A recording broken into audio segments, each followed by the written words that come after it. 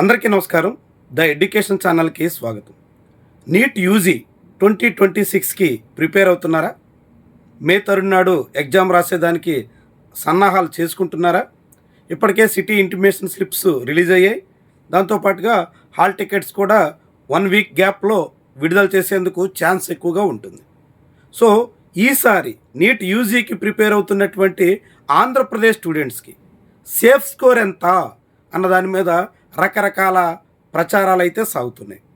అయితే safe score ఎప్పుడు కూడా ముఖ్యంగా 3 అంశాల మీద ఆధారపడి ఉంటుంది. అందులో ఒకటి పేపర్ డిఫికల్టీ.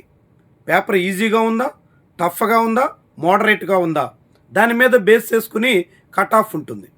2024లో ఈజీయెస్ట్ పేపర్ రావడంతో కట్ ఆఫ్ చాలా పెద్ద స్థాయిలో కనిపించింది. 2025లో పేపర్ చాలా టఫ్గా ఉండడంతో కట్ ఆఫ్ అనూహ్యంగా తగ్గింది. అంటే పేపర్ డిఫికల్టీని బేస్ చేసుకుని సేఫ్ స్కోర్ ఆధారపడి ఉంటుంది.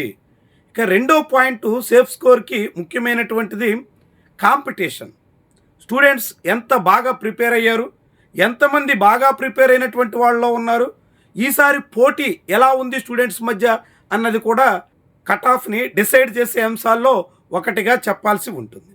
సహజంగా గత కొన్నేళ్లగా చూస్తూ ఉంటే ఏటేటా కాంపిటీషన్ పెరుగుతుంది. స్టూడెంట్స్ చాలా మంచిగా ప్రిపేర్ అవుతున్నారు. నీట్ ఎగ్జామ్ మధ్యలో కరోనా కారణంగా 2-3 ఏళ్ల పాటు అటు ఇటు మారినప్పుడు కూడా వరుసగా 2023, 24, 25 3 ఏళ్ల పాటు పరిశీలిస్తే పోటీ అయితే బాగా పెరుగుతోంది. సో ఈ ఏడాది కూడా కొంచెం ఎంతో కొంతమేర పెరగడం అనివార్యం. ఇది కూడా సేఫ్ స్కోర్ని డిసైడ్ చేసేటువంటి అంశాల్లో కీలకమైనటువంటి. ఇక మూడోది సీట్ల సంఖ్య పెరుగుతుందా తగ్గుతుందా, ఇది కూడా అనేక రకాలుగా సేఫ్ స్కోర్ని డిసైడ్ చేసేటువంటి అంశాల్లో కీలకమైనది. ఎందుకంటే చాలా రకాలుగా సీట్లు అమాంతంగా పెరిగినటువంటి ఏడాది కట్ ఆఫ్ తగ్గుతుంది. కానీ కొన్ని సందర్భాల్లో అనేక నిర్ణయాల కారణంగా సీట్లు తగ్గిపోయి కట్ ఆఫ్ భారీగా పెరిగేదానికి ఆస్కారం ఉంటుంది.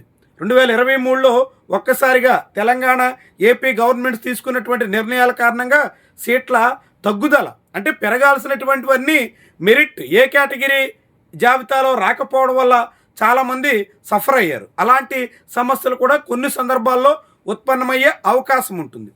దాన్ని బట్టి సేఫ్ స్కోర్ ఆధారపడి ఉంటుంది. అంటే 3 అంశాలు: ఒకటి పేపర్ లెవెల్, 2 సీట్ల సంఖ్య, 3వది కీలకమైనది కాంపిటీషన్. ఈ 3 అంశాల ఆధారంగానే సేఫ్ స్కోర్ని మనం డిసైడ్ చేయాల్సి ఉంటుంది. 2025లో చూస్తే కట్ ఆఫ్ చాలా చాలా తక్కువగా కనిపించింది. ఈసారి కూడా అదే స్కోర్కి గ్యారంటీగా సీట్ వస్తుందా అంటే అలా అనుకోవడానికి లేదు. ఎందుకంటే ఎన్టీఏ గత ఏడాదితో పోలిస్తే పేపర్ల స్థాయి ఈసారి చాలా వరకు తగ్గించే అవకాశం ఉంది. జేఈ మెయిన్ చూసినప్పుడు కూడా జనవరి లెవెల్తో పోలిస్తే ఏప్రిల్ లెవెల్ చాలా తగ్గింది. జనవరి లెవెల్లో 256 మార్క్స్ వచ్చినటువంటి ఏపీ స్టూడెంట్స్కి ఏప్రిల్ సెషన్లో అది ఏకంగా 300 స్కోరు సాధించేసి 100% సాధించడానికి అవకాశం దక్కింది.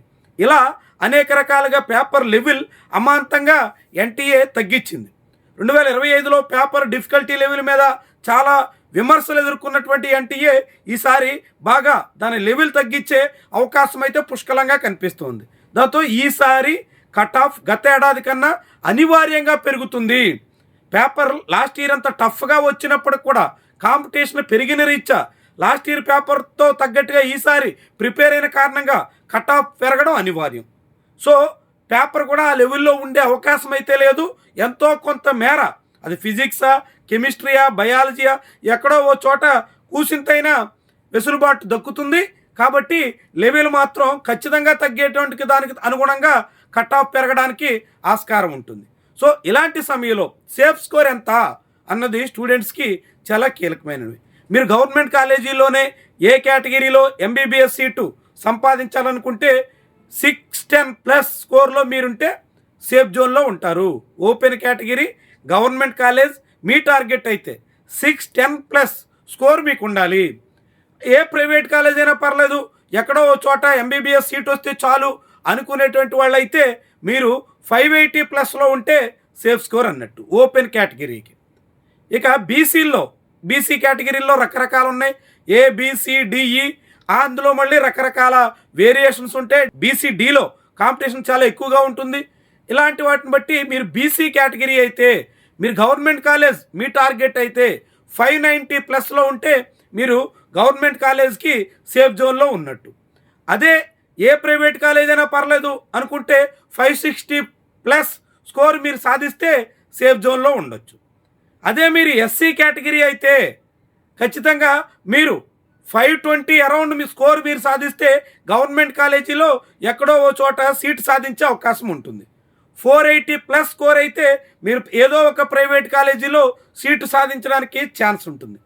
మీరు ఎస్టీ కేటగిరీ అయితే 500 స్కోర్ సాధిస్తే గవర్నమెంట్ కాలేజీలో, 450+ స్కోర్ అయితే ప్రైవేట్ కాలేజీలో సీటు కన్ఫర్మ్గా దక్కడానికి ఛాన్స్ ఉంటుంది. అంటే మీ సేఫ్ స్కోర్ దీనికి తగ్గట్టుగా ఉండాలి. పేపర్ ఎట్లా ఉంది, కాంపిటీషన్ ఎట్లా ఉంది, ఎన్ని సీట్లు పెరిగాయా తగ్గాయా వీటన్నింటితో సంబంధం లేకుండా మీరు సేఫ్ జోన్లో ఉండాలంటే ఇప్పుడు మనం ప్రస్తావించినటువంటి స్కోర్ని మీరు సంపాదించగలిగితే నీట్ యూజీ 2026 స్కోర్ ఆధారంగా ఎంబీబీఎస్ చేరేదానికి ఏపీలో మీకు అవకాశాలు పుష్కలంగా ఉంటాయి. సో కాబట్టి ఎగ్జామ్కి ప్రిపేర్ అవుతున్నటువంటి వేళ మీరు దానికి తగ్గట్టుగా స్కోర్ సాధించే ప్రయత్నం